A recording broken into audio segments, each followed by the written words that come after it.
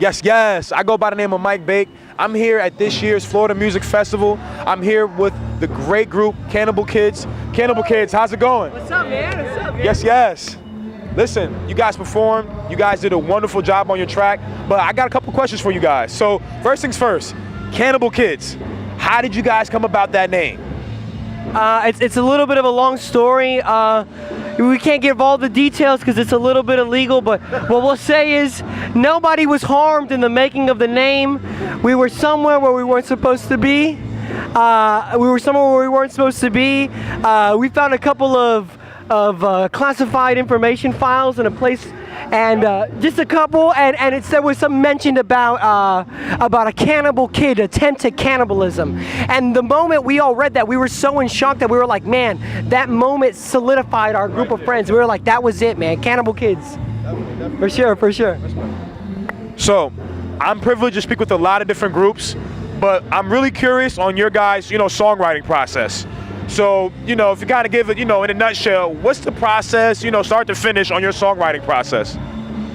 So honestly, every single song is different. It's a completely new journey. And what happened is one of us will have a riff or some kind of lick or some kind of idea to bring to the table, and we all sit in a room and we collaborate on it over and over again. We actually do a lot of things in the box, which is like we'll make it in a doll, and we'll start building the song inside of a computer, and then we'll start to replicate it live and do something like that. Yeah. Want to add anything on that? I mean, honestly, that's just about it. One of us usually comes with an idea, and we really just take it from there. We start in the computer. If anybody likes it, we just kind of go from there. Luke adds some drums, from there on. And like every song's different. Some songs will come up in like an hour, it'll be ready to go, and like we'll just need to fine tune. Some songs we'll be working on for like weeks and still like need to find stuff out. It's just everyone's its own journey. Yeah, I was just gonna say that you never really know, if it's gonna be one of those hour-long songs, if it's months. And we do have some songs that take us a little minute to finish writing, but to us, it's about a quality product. If it takes us a couple weeks to get it right, then so be it. We're not trying to rush out any kind of, It's not about quantity, or it's about quality over quantity for us. No, I certainly agree. Absolutely, I can really appreciate you guys' songwriting, process. I'm a big fan of music, and to know that you guys don't rush perfection, and to know that you guys, really, take pride in your music. I'm just for that. It's clear you guys are here for the long haul. No, absolutely, seriously, man. So of course, you guys, this year's Florida Music Festival, you guys performed Troubled Mind. Yeah. Troubled Mind. It has a spark to it. How did you guys formulate and conclude, hey, this track is Troubled Mind? Like, how did that come about? So actually, this song was originally written on a piano, and Dustin had wrote it, the main riff on piano, and I had heard it, and I thought it was so neat and so simple, and I was like, man, this could really be something. I took it home, and within a few hours, I had the structure of the verse and the chorus written out, and I had transposed it to guitar, and changed the key, and wrote out the lyrics, and that night I was just feeling a kind of way, this kind of anxiety was over me, and it was written at a time where, we're in school, we've got jobs, and we had to make a hard decision as to what are we gonna do.